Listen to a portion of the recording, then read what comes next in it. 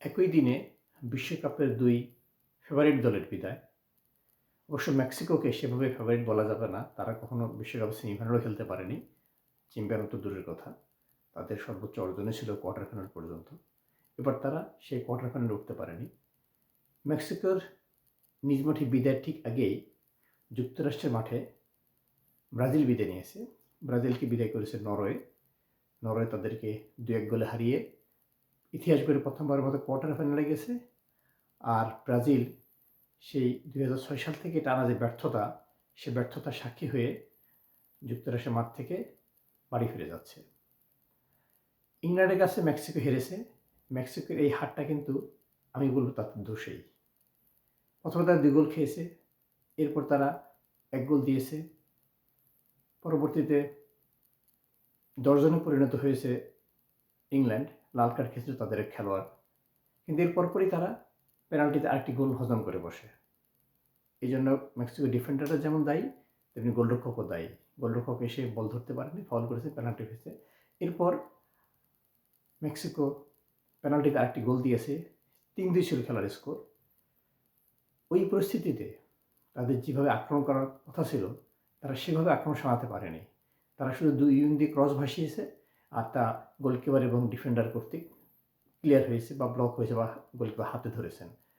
আর তাদের যে ২ উইঙ্গার ছিলেন, ডান দিকের এক উইঙ্গার, তিনি শুধু ব্যাক পাসে দিয়েছেন। একটা বল তিনি ড্রিবল করে বক্সে ঢুকতে পারেননি। আর বাম দিকে যে উইঙ্গার, তিনি যে কটা ক্রস করেছেন প্রত্যেকটা ডিফেন্ডারের গায়ে ব্লক হয়ে হয় কর্নার হয়েছে অথবা থ্রো হয়েছে অথবা খেলায় ফিরে এসেছে। যে এইসব ব্যর্থতার কারণে কিন্তু মেক্সিকোকে এবারও হতাশিত হলো। আজটেক স্টেডিয়ামের ৮০,০০০ দর্শককে কান্নায় ভাসতে হয়েছে তাদের এই ব্যর্থতার সাক্ষী হয়ে। অন্যদিকে ব্রাজিল হেরেছে, তাদেরকে দুর্ভাগ্য বলবেন নাকি নিজের যোগ্যতার অভাব বলবেন? আমি বলব যোগ্যতার অভাব। কারণ এই ব্রাজিল চ্যাম্পিয়ন হওয়ার মতো দল না। ২০০২ সালে যে ব্রাজিল চ্যাম্পিয়ন হয়েছিল, ৯৪ সালে যে ব্রাজিল চ্যাম্পিয়ন হয়েছিল যুক্তরাষ্ট্রের মাঠে, ২০০২ সালে জাপান কোরিয়া মাঠে, তখন তাদের দলে যে ধরনের খেলোয়াড় ছিলেন, রোমারিও, বেবেতো, রোনালদো, রোনালদিনহো, রিভালদোরা, এবার এই ব্রাজিল দলে কে আছেন? নেইমার ইনজুরিতে, কুনহা গোল পেয়েছেন, কুনহার প্রতি কোচের অত আস্থা নেই। গ্যাব্রিয়েল মার্টিনেলিকে কোচ কোনোদিন একাদশে নামিয়েছেন, কোনোদিন একাদশে নামাননি। সিলেক ভিনিসিয়াস জুনিয়র, তিনি চেষ্টা করেছেন সাধ্যমতো, ৪টি গোল করেছেন, টেনে উদ্ধার করেছেন, ২ ম্যাচে দলকে বাঁচিয়েছেন। ১ ম্যাচ তার গোলে ড্র হয়েছে, আরেক ম্যাচ তার জোড়া গোলে জিতেছে। কিন্তু এর বিকল্প কারা ছিলেন? তারা সেভাবে যোগ্যতার পরিচয় দিতে পারেননি। জাস্ট গত ম্যাচে যে তারা নরওয়ের কাছে হারল, ব্রাজিল প্রথমে পেনাল্টি পেয়েছিল, কিন্তু ব্রুনো উইমারহানেস যে পেনাল্টিতে নিলেন তা ফিরিয়ে দিলেন নরওয়ের গোলরক্ষক নেইল্যান্ড। এরপর ব্রাজিল এগিয়ে যাওয়ার সুযোগ পেয়েছিল, বদলি হিসেবে নামানো হলো উঠতি এনরিককে। বয়স তার অল্প, কিন্তু তিনি যে চান্সটি পেয়েছিলেন, ওই চান্সটি গোল হওয়ার মতো চান্স ছিল। তিনি বলটি ফাঁকায় পেলেন ভিনিসিয়াস জুনিয়রের কাছ থেকে। এরপর তিনি যদি গোলরক্ষককে ড্রিবল করতেন, অর্থাৎ কাটিয়ে যদি প্লেস করতেন, বলটা গোল হয়ে যেত। পর্যাপ্ত সময় ছিল, একটু ডস দিয়ে গোল দিলে কিন্তু গোলকিপার একপাশে পড়ে যায়, সে বলটা গোল করা যায়। বিভিন্ন স্ট্রাইকারকে আমরা সেভাবে দেখেছি। কিন্তু তিনি ওই চলন্ত বলে বলটি প্লেসিং করলেন ডান পাশ দিয়ে, আর তা চলে গেল পোস্টের বাইরে দিয়ে। এরপর তিনি আরেকটি চান্স পেয়েছিলেন, সেটি হচ্ছে গোলরক্ষকের হাতে লেগে পোস্টে লেগে তারপরে বাইরে যায়। এই ২ দুর্ভাগ্যের পাশাপাশি গোলরক্ষক নেইল্যান্ড, ভিনিসিয়াস জুনিয়র সহ আরও কয়েকটি শট দিয়ে, ভিনিসিয়াস জুনিয়রের শট সহ আর কয়েকটি শট নিয়ে ঠেকিয়েছেন। আর এরই ফলশ্রুতিতে যখন দলটা একের পর এক গোল থেকে বেঁচে যায়, তখন কিন্তু কাউন্টারে গোলের সুযোগ আসে। আর সেই সুযোগটি লাগিয়েছেন আর্লিং হল্যান্ড। ম্যান সিটির হয়ে, ব্রুসিয়া ডর্টমুন্ড হয়ে তিনি গোলের পর গোল করেছেন। গোলের মেশিন বলা হয় তাকে। ইউরোপিয়ান বাছাই পর্বে ৮ ম্যাচে ১৬ গোল করেছেন, বিশ্বকাপ বাছাই পর্বে হ্যাটট্রিক করেছেন। তো তিনি তো গোল মেশিন, চান্স পেলে গোল করবেনই।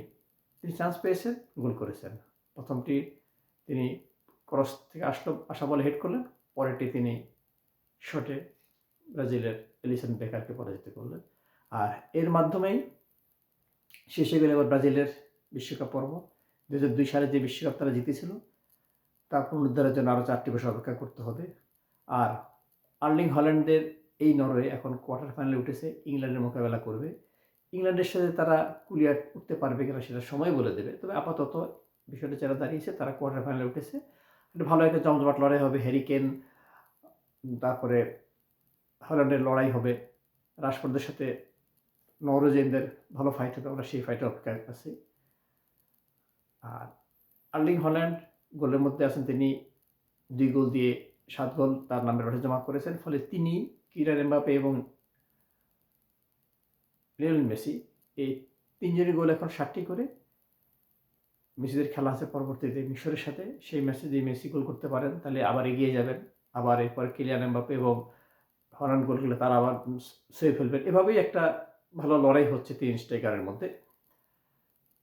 এর মধ্যে দিয়ে কিন্তু গতকাল যে ঘটনা দুটো ঘটলো, যে মেক্সিকো সবসময় বিশ্বকাপের একটা ভালো দল, কিন্তু তারা কোয়ার্টার ফাইনাল পর্যন্তই আসে, সেকেন্ড পর্যন্তই আসে, এই বিষয়ে তারা যেতে পারে না। এবারে তারা পারলো না, আর ব্রাজিল ব্যর্থতার সাক্ষী হয়ে বিদায় নিল।